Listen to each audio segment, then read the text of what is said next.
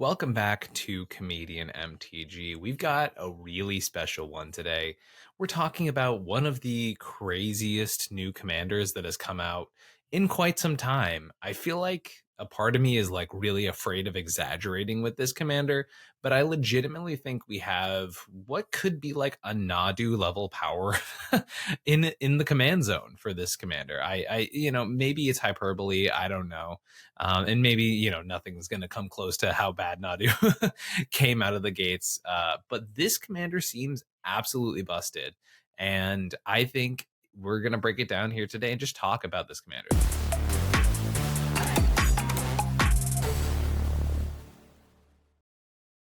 Do you like adventure? Do you like Tales? Not like that. How about Tales of Adventure? Well, Tales of Adventure Magic is an amazing magic retailer that if you use code comedian at checkout, you can get your magic singles. They have an amazing selection of inventory. Been sponsoring this channel for a while now, and folks have had nothing but amazing things to say about toamagic.com.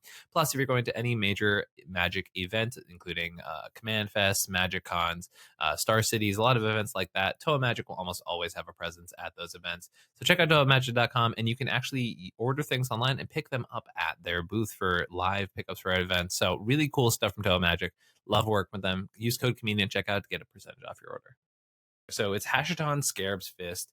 So for Orzhov, a white and a black, it's a 1/3 zombie wizard, legendary wizard. And it does have blue in its color identity because of its ability, its triggered ability in the middle of that text. And this is whenever you discard a creature card, you may pay 2 and a blue. If you do, create a tapped token that's a copy of that card, except as a 4/4 zombie. As many people figured out when they first looked at this commander, this card is nuts. Like there's so many things that are intrinsically sort of just busted about this card, but like let's break down some of it. So first of all, like the fact that it's in the Esper combination is awesome, right? Esper is probably the best 3-color combo right now, period, right? A lot of the best decks are built off of Esper plus other colors or just Esper as a core, right? So to have this core where you have white, which has your silences, all that kind of stuff, your secondary best card draw, smothering tithe, right? All of the things that make the engines work in this format. Then you have blue, which is obviously counter magic, Rhystic Mystic, all of those things. And then black, which has your consistent tutors, and for a deck like this, graveyard style strategies, right? So Hashaton is insanely powerful. And let's just talk about like some of the obvious synergies here. So I'm going to pull up some Scryfall and we're just going to go through some of the cards that I think are kind of crazy with this commander. So like very obviously, I think we can all note that like Lion's Eye Diamond is absolutely nuts with this commander, right? So for LED, for those who don't know, very simple. You sack it, discard your hand, makes 3 mana. Okay, any card in your hand now, as soon as you get your commander out, crack the Lion's Eye Diamond, you have a copy of that creature on the battlefield, right? Now, it can be any insane creature, right? This is as early as turn 1, you can assemble this combo, right? So, are there creatures that are worth basically discarding your hand over? And the answer is definitely yes, right? There's so many like amazing creatures in this format. There's so many busted creatures in this format and they enter, right? And the crazy part is these creatures don't even go to exile, right? They just go into the graveyard. So there's loops that people are still trying to parse through right now that involve this card just, basically throwing away a creature and then like that creature has some sort of reanimate text on it. So the token comes in, reanimates the original body. It's a bunch of crazy stuff like that already going on. As I mentioned, I don't think there's a hard this is the way you do that right now, but there's a lot of cool stuff that's happening in that department specifically. All right, so obviously one of the crazy payoffs is Hoarding Broodlord, right? A amazing reanimate target first of all, but the fact that you can like go make a tapped copy of Hoarding Broodlord, no, it doesn't help you with Convoke, but then there's also the ability to like go grab reanimation pieces to grab the real Hoarding Broodlord in your graveyard to then go do the Saw in half line. There's a bunch of crazy stuff there with that. The fact that this turns into a 1-card combo.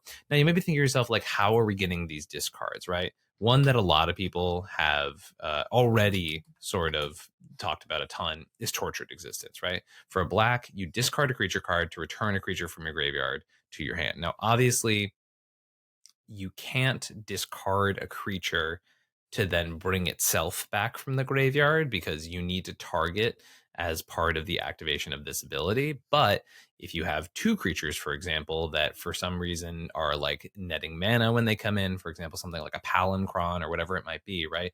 You can then just start using Tortured Existence to loop them out of your graveyard over and over again, right?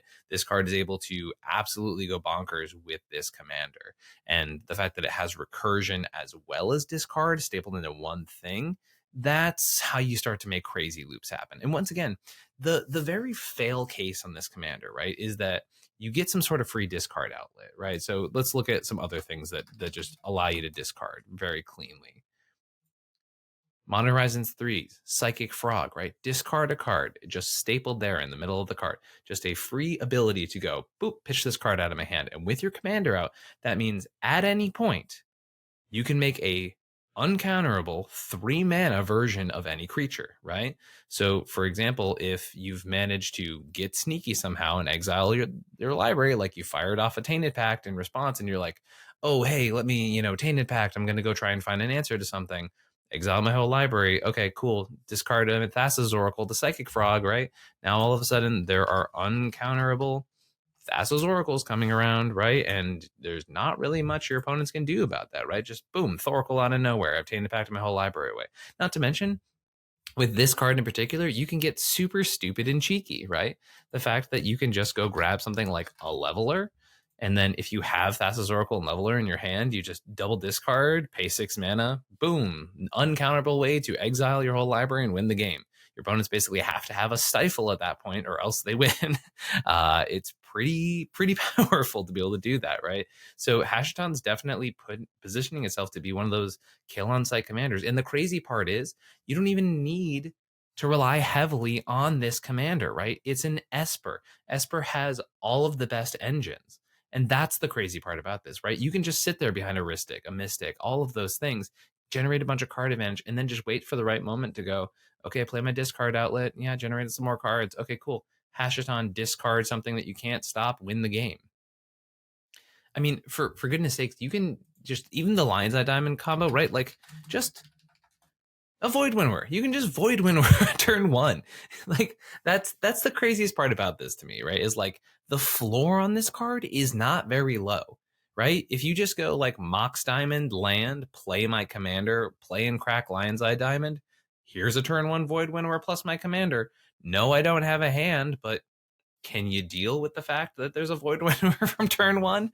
I don't know that that's necessarily true, right? Like, not to mention things like obvious reanimator payoffs, such things like Consecrated Sphinx. I mean, this card is absolutely insane, right? A lot of people are talking about the fact that you can just get a nice and easy Razaketh on the battlefield. By the way, Lion's Eye Diamond, one of the major combo pieces for Razaketh. So just a piece that you already have in this deck already, ready to go. Now, the major downside of what this deck we're basically looking at so far is like, oh no, I have to play a bunch of big stupid creatures in this deck. I think that's fine. I think you're totally okay with playing a few big bomb creatures that are kind of uncastable at times in a deck that, once again, has access to Smothering Tithe, has all the Esper engines, and then, like, at a certain point, oh no, my commander keeps getting blown up or it's locked out by Drannith, and it's like, great, I'll just start hard casting all of these insane cards. I mean, we see it all the time with Kinnan. Like, it does this stuff all the time. And not even to mention that none of these combos are in reference to the fact that there are still Hashaton specific combos that I'm not even talking about right now for this, right? There are going to be loops that involve you, discarding a card, paying that ability, getting something back, and then just starting loops going over and over again. Do I have those loops on me right now? No, but like, they're very obviously there. And they're very obviously powerful. Whether they involve you playing a bunch of garbage cards, that ends up really being the question, right? But they are present. It's kind of insane, right? Like, I mean, even looking at cards like Luris, right? Being able to like discard, LED your hand away, make a token copy of Luris, replay the LED, discard something else. Like, there's just so much nonsense you can do with this commander, and I can't get over the fact that let's take a little peek at this lovely gentleman one more time. This is a 2-mana commander. Your Fierce Guardianship is turned on as early as turn one, right? This is a commander that can support a Mox Opal. It's not like this is a 6-drop that then has this ability to discard something and pay mana into it, right? You can play this super early in the game. And not to mention, two very relevant creature types. Zombie and Wizard have a decent amount of synergies, right? I think we are just on the verge of exploring how many busted, broken, absolutely crazy synergies that this card has. And I think we're going to keep discovering them as time goes on. I'm legitimately, maybe the Nadu comparison was hyperbolic because it's very easy to go like Shuko, Nadu, do the whole thing. But realistically, this is playing in better colors than that deck was and does some pretty crazy stuff.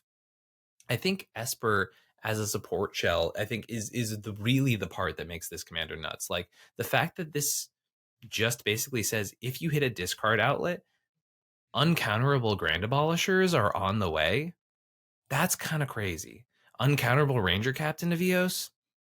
Yeah, all right.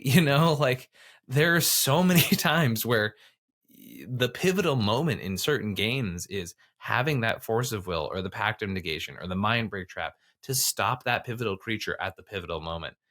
And when your opponent can just go, hey, if my commander is out, the question can be asked at any time and the question is going to be uncounterable. So like have a stifle, I guess.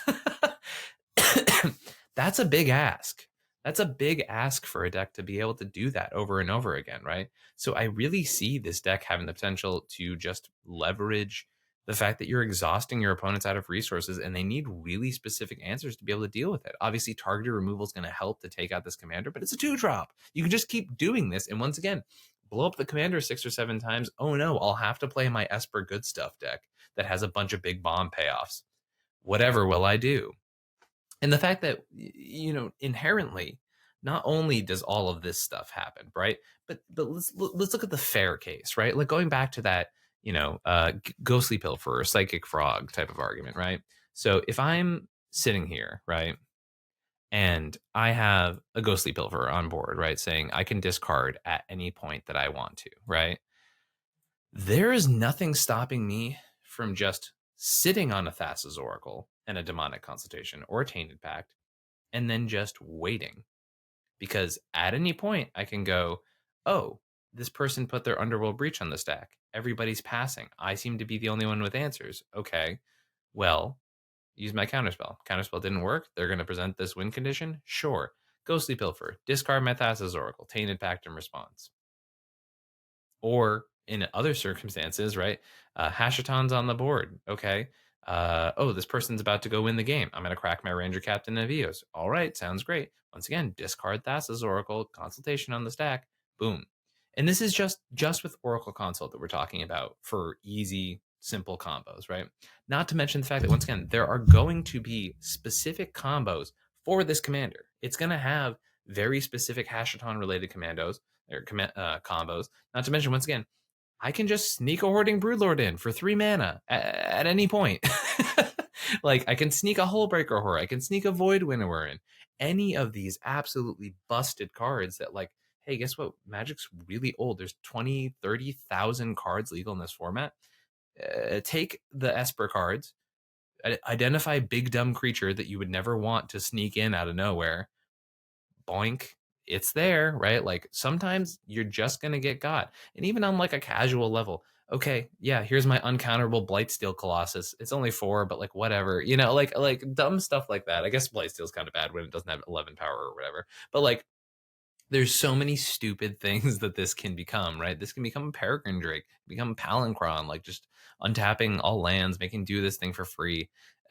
There's a lot of dumb stuff, and I'm talking with people who are already starting to brew this commander. And trust me, when we say that like you can go real deep on it and get some absolutely crazy stuff here, it is abundant. And once again, worst case scenario, this commander's really threatening. Everyone blows it up. No one ever lets it resolve. For some reason, everybody has all the interaction to never let Hashaton happen in the first place. It's still in Esper, which is amazing colors. No, it doesn't have card advantage on the commander. But guess what? Esper, Ristic, Mystic, Smothering Tithe, One Ring. I can go on and on. Archivist of Ogma, like Ledger Shredder, and we're talking about Psychic Frog and Ghostly Pilfer, which are incidental discard outlets that also provide you card advantage. This commander is absolutely crazy. Oh, by the way, I have been talking about some of the fair stuff, not even to mention our good friend Necropotence. And also, guess what? We've got another one now, Necro Dominance. So you can, go and Necro super deep and then get a bunch of excess cards in your hand and then play a bunch of mana.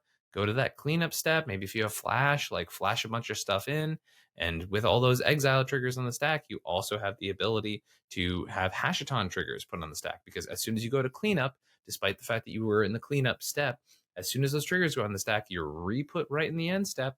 You get to do a bunch of crazy stuff, right? So if you have Flash in those situations, Necro really big, move to cleanup, discard some stuff, Necropotence triggers goes in the stack, Hashaton triggers go in the stack, then the nonsense gets to happen. You can do the same thing with Necro Dominance. It's all really dumb. It's really, really powerful and really, really silly. I think this commander is busted. Truly. It's like it reminds me of when I was working on Oscar, right? Where Oscar was good and probably underexplored, but functionally, it did a very similar thing where you could start casting stuff when you discarded it. And Oscar gives things flash in that very same way. Like you can discard instant speed, cast the thing. But Oscar asks you to actually put things on the stack. And also, Oscar with Necropotence was a nightmare to stack those triggers. Hashaton, on the other hand, it doesn't have those problems. And it gets another color. And instead of having Oscar's ability to occasionally cost as little as 2 mana, Hashaton just starts that way. It just starts at 2 mana. What? It's crazy. It is crazy that this is a 2 mana Esper commander with nothing but upside. Genuinely, the fact that this doesn't have card advantage stapled to it is one of the few redeeming races to me to make sure that I think this card is at least going to be fair enough, right? Is this going to be a bannable commander? Probably not. I think we can have this within the realm of possibility. But I genuinely, and I haven't said this about a new commander in a really long time, I genuinely think this is a new tier 1 commander, hands down.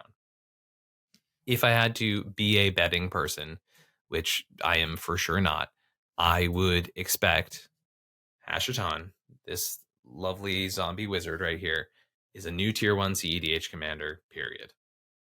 Right out the box. I genuinely think it has that potential. You can show up with this, you can play busted stuff, you can and you can play the turbo necro strategy, you can play the all in on the reanimate. You can also just hybridize this with a Nas plan and just have this flash hole thing in the command zone too. This commander is insanely powerful. No, it doesn't have the infinite mana outlet onto it, which is a condition that we look for in some commanders. No, it doesn't have exact card advantage stapled onto it. But you get a good discard outlet on the field, and this card goes crazy. I genuinely think this is one of the strongest cards we have seen in a really long time. I think Hashaton's very, very powerful, and I cannot stress enough the fact that it's in Esper is just immediately starting it from here to here. Like you could just play some generic Esper commander in cEDH and still do fine, right? Like you could, it could be like every time you draw instead you gain 1 life and draw, and then it would still be a good commander, right? Like that, like you could still play oh my god, Aloro, right? And like just gain 2 life every upkeep and never play it out of the command zone. And it's still probably decent enough to win some games in cEDH because you have Oracle Console, you have all of the card advantage engines that I just mentioned, right? So having Esper plus this broken ability in the command zone and a commander that once again comes down, turns on your Fierce Guardianships, turns on your Mox Opals. It's crazy, right? We've seen what happens when you have a small commander that does really crazy things just by being cheap and efficient. We've seen how good 2 mana commanders are in this format. Now there's one with this absolutely busted ability attached to it, and you can cast it early. You can also wait to cast it late, and if it dies, oh no, it's 4 mana. It might be more on rate at that point. Oh no, it's 6 mana. I guess you're gonna have to just start hard casting your bomb permanents, or save up enough mana to recast Hashaton and then just start doing a bunch of stuff where your opponent can't counter you. This card's awesome. It's powerful. Look out. New cEDH tier 1 contender. I'm guaranteeing it. Have you ever worried that your play is too light? Well, look no further. We have heavy play. And if you use code comedian at checkout, you can get 10% off your order. Heavy play is changing the name, keeping your cards safe and sound, keeping your dice safe and sound, and keeping it all together in these sleek. I mean, look at this stuff behind me. This stuff's awesome. I love using heavy play products. They've got 6 sleeves. They've got super awesome heavy play deck boxes and dice trays and playmats that I use all the time. They are continuing to try and upgrade their product and do super cool, new, innovative stuff. There's some really, really interesting stuff going on with their playmats. They're trying to get art designs on the new playmats. There's a limited run on the initial bunch. I'm not sure if they're still out, but if you check out heavyplay.com/comedian, you can find out if that limited run is back up on the store, and you can use my code to get a little bit off your order. Helps everybody out. All right, thank you so much for Heavy Play for sponsoring this episode, and thank you for watching.